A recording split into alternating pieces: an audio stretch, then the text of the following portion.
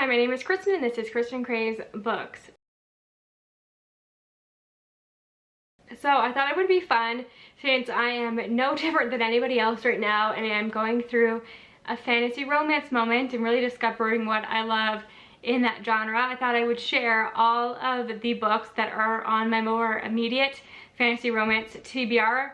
No ways it's an exhaustive list. I watch so many videos of my favorite booktubers talking about fantasy romance. I add things to my list every day, but these are the ones that I either own physically, well, one I own physically, a few that I have downloaded from KU, a few that I bought on Stuff Your Kindle Day, and then ones that I just have access to or have downloaded on audiobook. So there's quite a few here, and I know that this will change all the time. I'd love to hear your thoughts on any of these. Some of them are definitely more under the radar, less than 200 reviews on Goodreads kinds of things. They just sound like books that I will like, and I will tell you what I like. I am kind of into anything that resembles the Meet and Mishap series. So anything that's like That Time I Got Drunk and Saved a Demon, that has that sensitive humor. So I have a few in here that kind of resemble that. Anything with witches I'm into, and really I'm open to all things at this point. Anything that's like a fairy tale retelling, fantasy romance vibe.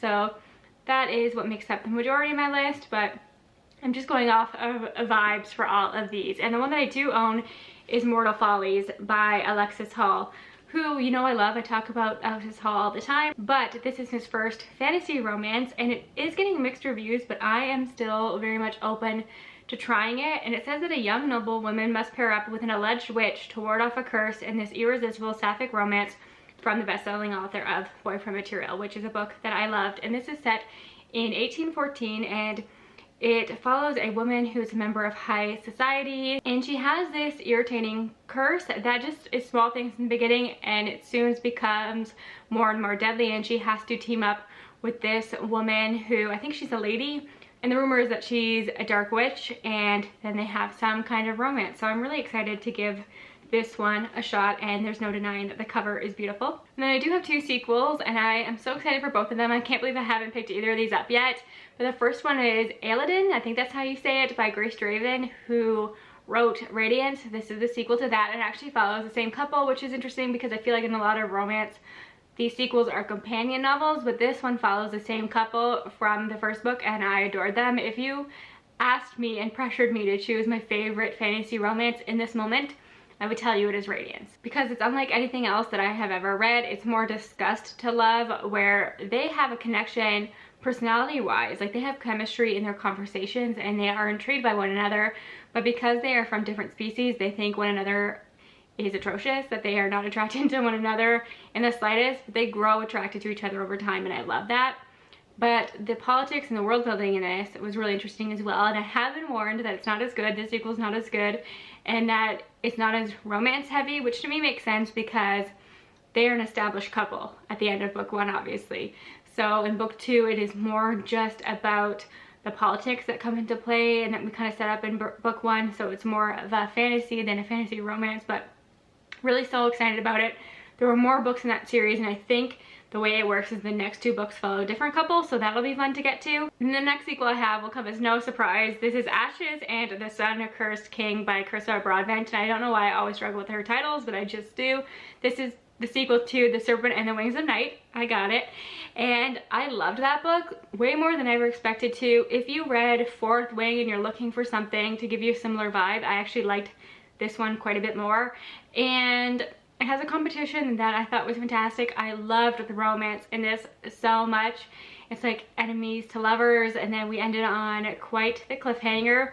And to be honest with you, I was going to jump into that one right away, but I wanted the audiobook. And I think the audiobook comes out in October, so that is what I am waiting for. We will see if I'll be able to hold out or if I'll just end up reading it on KU, but I have been loving that series. I also read the novella that comes in between, Six Scorched Roses. I thought that was fantastic as well. I just think the world that Carissa Broadbent is making in this series is amazing, and I'm just more of a vampire person. That is just the fact. I love a good vampire romance. Give me all the vampires, all the vampire worlds. I'm all about it. So that series is a huge win for me. And then when I have downloaded from KU and I've actually read the first few chapters, I often do that for KU because you have limited spots, so I just want to make sure that it's actually a book that I'm interested in and want to get to soon. and I definitely do for this one. This is Forged by Magic by Jenna Wolfhart, and this is really interesting. The world is actually really intriguing, and it follows a girl who is one of the few half-orcs left because the emperor, who is actually holding her captive in this tower, has killed all of her species, her entire family, and he sees some use for her, so he's kept her trapped for years. And then he makes a deal with her that if she goes and kills all of the people who have dragon magic, so there are dragons in here, at least I think there are, and he will set her free if she does that. And she's reluctant to do it, but she wants her freedom, obviously. So she goes on the ship, it goes off course, there's a storm, she gets shipwrecked on a different island way off course, and then she meets an elven blacksmith who agrees to let her stay with him. And that is as far as I got. That is all I know about the plot so far, but I really liked our main character already. I think I'm really gonna love the love interest. I think the setup is really cool, and I hope we get to see some dragons. So that one is one I have a really good feeling about. This next one also looks adorable. It's called Sweet Vengeance by Viana Oniamo, and I think this is kind of a novella.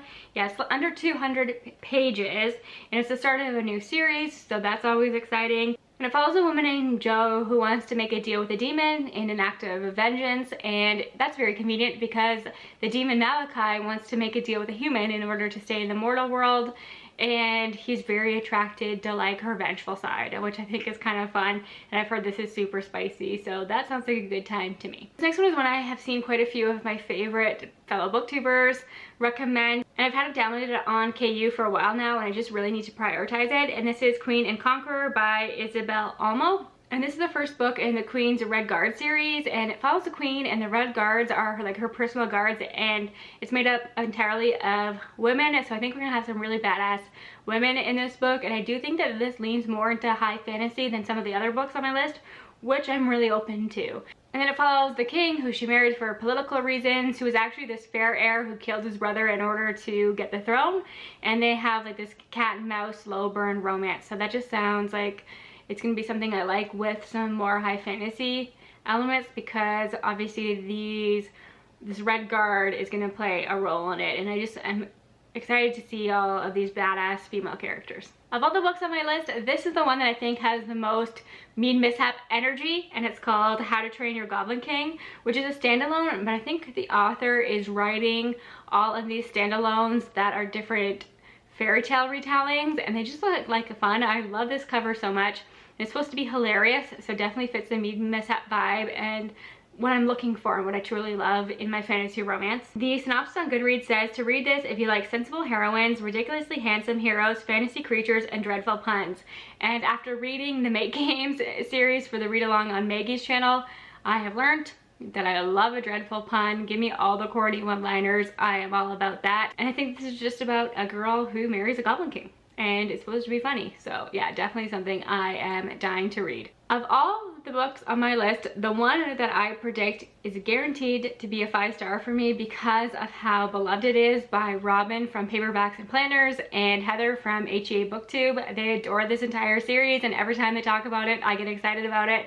I've had it on my KU for months since I first heard about this series from them, and the first book is called Leviathan Song, and it's the first book in the Boundland series.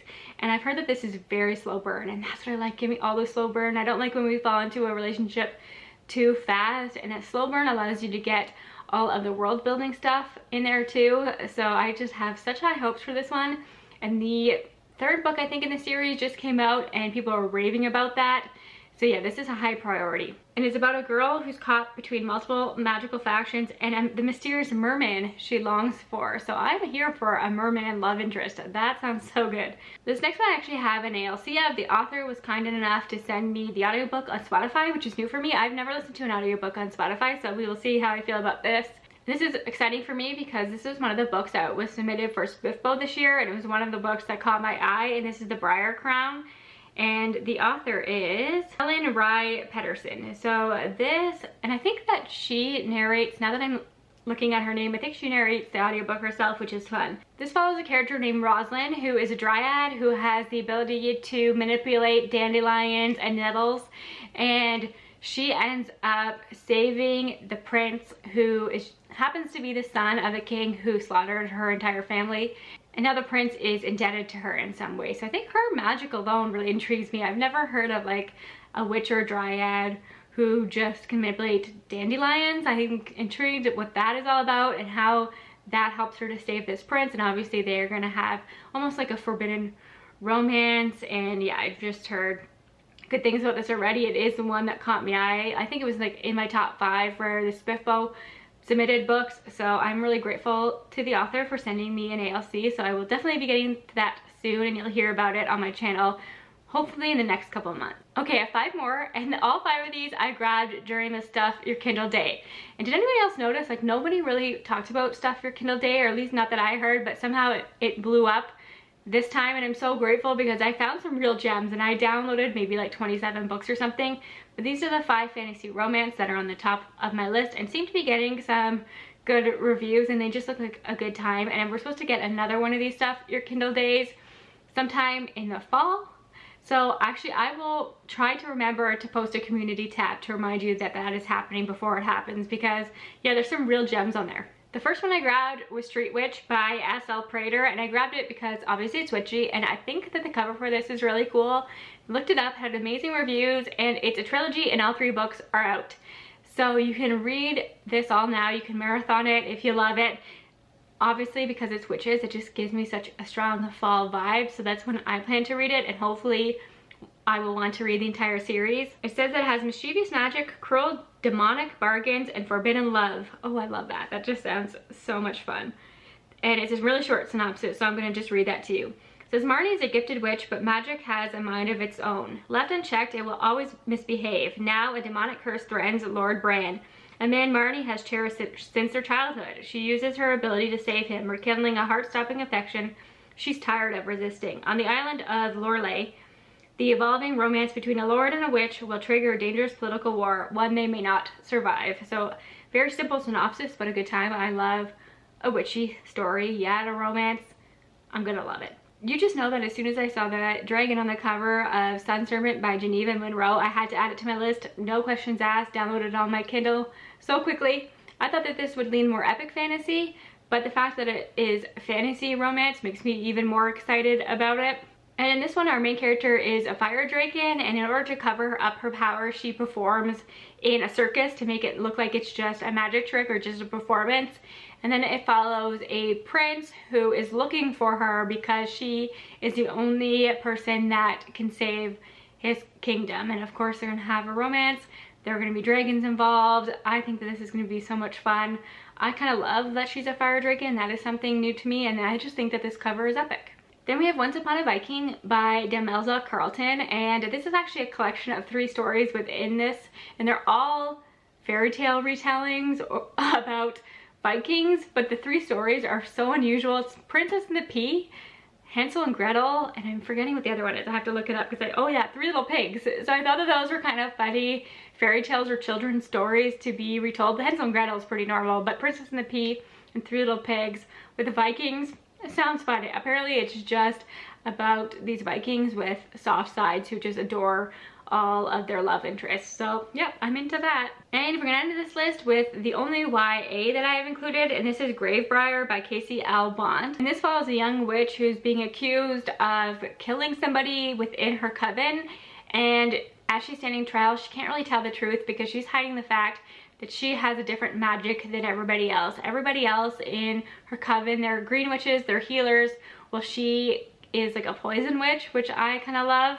And then she has a romance with the only person that believes her, but I think he's kind of using her at the same time. So we will see how that goes. But again, the cover sold me on this one. I saw it was witches and I wanted to give it a try. So those are all the books on my more immediate fantasy romance TBR, and I would love to know if you've read any of these, if I piqued your interest in any of them. I'm gonna link all of the Goodreads links for this down below so you can check out all the synopsis in full. So thank you for your support. I'll talk to you again soon. Bye for now.